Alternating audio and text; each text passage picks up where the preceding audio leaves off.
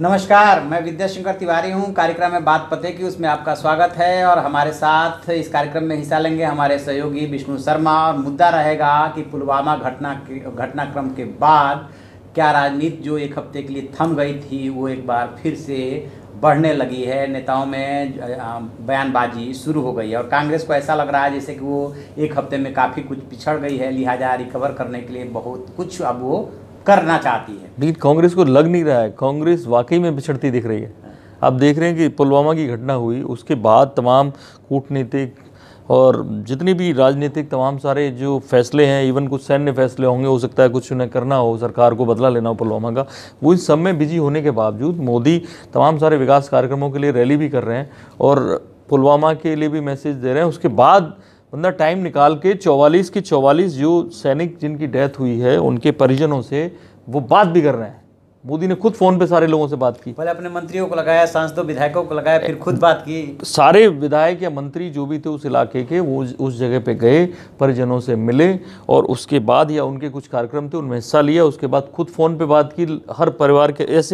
ऐसे में क्योंकि प्रियंका और राहुल को आज आप देख रहे हैं कि वो शहीद के घर जा रहे हैं, किसी के 11 शहीदों के घर प्रियंका गांधी जाएंगी। ये तब हुआ है जब मोदी ने खुद फ़ोन पे सब लोगों से बात की, उनके परिजनों से बात की। तो खाली इसमें नहीं पिछड़ रहे हैं वो, आप देखते जाइए। तमिलनाडु में हो गया, महाराष्ट्र में हो गया गठबंधन बीजेपी का, तमिलनाडु में हो गया। ये सब तब हुआ है जब 14 फरवरी को पुलवामा हुआ।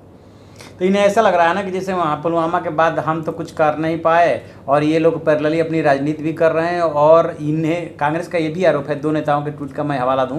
अभिषेक मनु सिंघवी ने भी ट्वीट किया था और कपिल सिब्बल ने भी ट्वीट किया था। अभिषेक मनु सिंघवी ने कहा था कि हमने इसके पहले जो भी घटना हुई, संसद पे हमला हुआ, जो अटल बिहारी वाजपेयी प्रधानमंत्री थे तब, इसके अलावा उन्होंने पठानकोट का हवाला दिया और घटनाओं का हवाला दिया। हमने आपसे रिजिग्नेशन नहीं मांगा, हम प्रधानमंत्री से रिजिग्नेशन नहीं चाहते हैं। लेकिन जब आप गुजरात के चीफ मिनिस्टर हुआ करते थे तब बहुत शोर मचाते थे, अब आपका 56 इंच का सीना कहाँ गया? नहीं, ये आप सोचिए, पुलवामा में यही मैं कह रहा हूँ, संगठन में एक बड़ी गड़बड़ है कि संगठन कैसे चलेगा, कोई नीति नहीं होगी।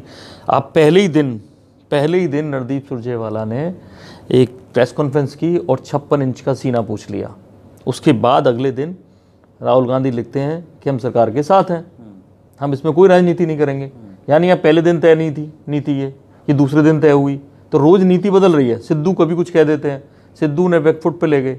सिद्धू को लेकर सिद्धू ने जो बयान दिया कि देश नहीं करता है ये सब आतंकवाद, कोई देश नहीं करता है, तो उसको लेकर आप बैकफुट में चले गए।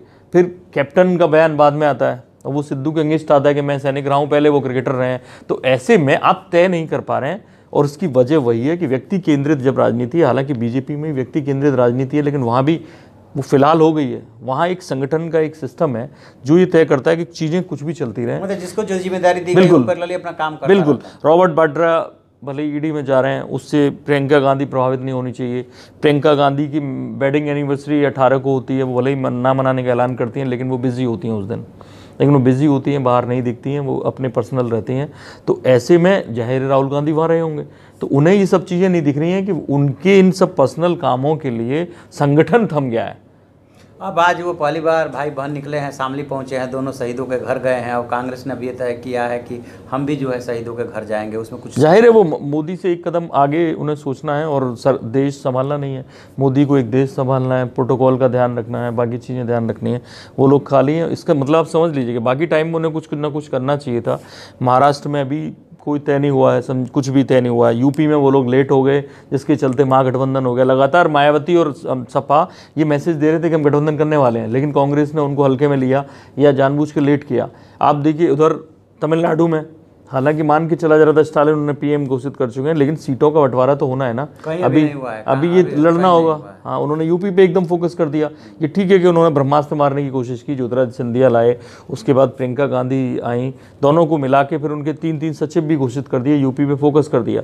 तो एक तरह से ये गया कि ब्लैकमेल कर रहे हैं कि कहीं हमें सीटें दे दो तो हम ये अपना वापस ले लेंगे, कि हमें 10 सीटें दे दो, 12 सीटें दे दो, जो बात हो रही है चर्चा में जा रही है। बात आ रही है कि देखिए जो इस समय केंद्र में बीजेपी और एनडीए की सत्ता है, प्रधानमंत्री नरेंद्र मोदी हैं, जो भी घटनाक्रम हुआ है कहीं ना कहीं सरकार पे और एजेंसियों पे ये बात आ रही है कि लापरवाही हुई, रणनीतिक चूक हुई है।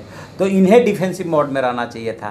तो बीजेपी डिफेंसिव मोड में नहीं दिख रही है, वो लोगों के बीच में लगातार दिख रही है। और कहीं ना कहीं अभी देख रहा था मैं कि बात ये आ रही, कांग्रेस क्यों डिफेंसिव मोड में दिख रही है? कांग्रेस एकदम जैसे चुप्पी साध गई है, उसे समझ में नहीं आ रहा कि आगे एक्चुअली समझ में नहीं आ रहा है, क्योंकि पहली बार वो 56 इंची पे सवाल उठाया, फिर उन्हें लगा कि नहीं, इससे तो देश का जो माहौल है उसमें ये नहीं करना चाहिए, हमें उनके साथ खड़ा होना चाहिए। वो खड़े हो गए, लेकिन इधर सिद्धू ने गड़बड़ कर दी, इधर मोदी और बीजेपी एक कदम आगे बढ़ गए कि वो शहीदों के साथ साथ वहाँ जाने लगे, और साथ साथ उन्होंने फिर ये मोदी ने खुद फ़ोन पे बात करनी शुरू कर दी सारे शहीदों के परिवार से। तो ऐसे में उनकी ये समझ नहीं आ रहा है क्या किया जाए। दरअसल होता यही है कि आपकी कोई नीति नहीं होती जो कि व्यक्ति पे ना डिपेंड रहे, पार्टी की नीति होनी चाहिए, इस मामले में हमें ये करना है, पहले से तय होगा तो आदमी कुछ नहीं करेगा। अब राफेल पे लगातार अनिल अंबानी को घेर रहे हैं, और आपका क्लोजेस्ट नेता कपिल सिब्बल उनका वकील है, तो आपकी कोई नीति क्लियर नहीं है, तो इसलिए फंस रही है, इसलिए वो लगातार लेट हो रहा है। कहीं ना कहीं कंफ्यूजन है, क्लियरिटी जिस हिसाब से होनी चाहिए उस हिसाब से नहीं है। वही है, संगठनात्मक रूप से जो चीज़ें होनी चाहिए थी कि भाई चुनाव आ रहा है, तो चुनाव से पहले 4 महीने पहले जैसे बीजेपी का चल रहा है, 50 लाख घरों में वो हमारा परिवार, भाजपा परिवार, ये कैंपेन चलेगा, उसके बाद ये कैंपेन चलेगा, उसके बाद ये कैंपेन चलेगा। अभी एक दिन वो लोग सब मोबाइल जला के खड़े होने वाले हैं, पूरे में सारी चीज़ें कि रात भर बत्तियां बुझा के कुछ करने वाले हैं। ढेर सारे उनके अलग अलग वो रोशनी दिखाना चाहते हैं कि कैसे हमने बीजेपी ने एक रोशनी दिखाई है देश को।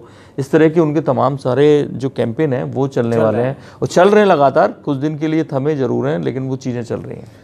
तो ये है, कहीं ना कहीं तो कन्फ्यूजन है। कहाँ तो डिफेंसिव मोड में होना चाहिए था सरकार और सत्ताधारी दल को, लेकिन एक हफ्ते के लिए थम सी गई, ठहर सी गई कांग्रेस, क्योंकि उसे समझ में नहीं आ रहा था कि क्या करे। उसके नेताओं की जो बयानबाजी थी वो एक तरह से विरोधी सुर थे, अध्यक्ष कुछ कह रहे थे और नीचे के नेता कुछ बयान दे रहे थे। तो देखते हैं आगे और क्या होता है, राजनीति क्या करवट लेती है। जो भी इसमें अपडेट होगा हम आपको अपडेट करेंगे। आप देखते रहिए हमारा डिजिटल चैनल इन खबर, उसे लाइक कीजिए, शेयर कीजिए और कमेंट बॉक्स में जा करके कमेंट जरूर दें। Thank you.